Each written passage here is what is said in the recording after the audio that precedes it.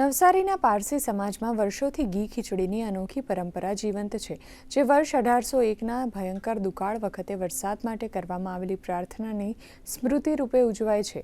આ દિવસે સમાજના લોકો ઘરે ઘરે ફરી દાળ, ચોખા અને ઘીનું ઉઘરાણું કરીને સામૂહિક ભોજન બનાવે છે અને પ્રકૃતિને રીઝવવા માટે વિશેષ પ્રાર્થના કરે છે.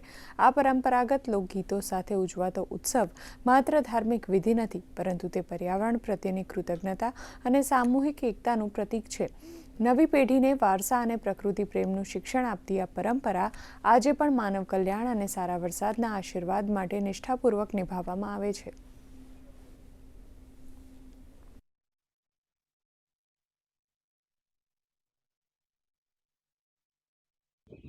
બમન રોજ એક એવી પરંપરા રીતે નવસારીમાં, આખા ઇન્ડિયામાં નવસારીમાં જ ફક્ત ઉજવાય છે કે જે એવા દિવસો હોય કે જે દિવસે લોકો ઘરે ઘરે ફરીને પારસી યુવાનો ઉઘરાણું કરતા હોય, ચોખા, દાળ અને તેલની ઉઘરાણી કરી અને એક જગ્યાએ ભેગા મળી અને એ સમૂહમાં આરોગતા હોય અને એ પહેલાં પશુ પક્ષી પ્રાણીઓને એ જે બનાવેલી રસો હોય એને પીરસતા હોય.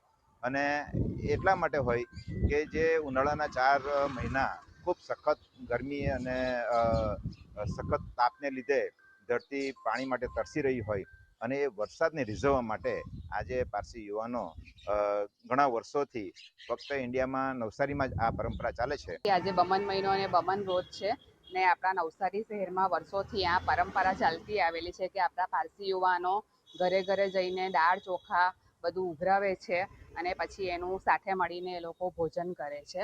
વરસાદને રીઝવવા માટેની આ પરંપરા વર્ષોથી ચાલતી આવેલી છે.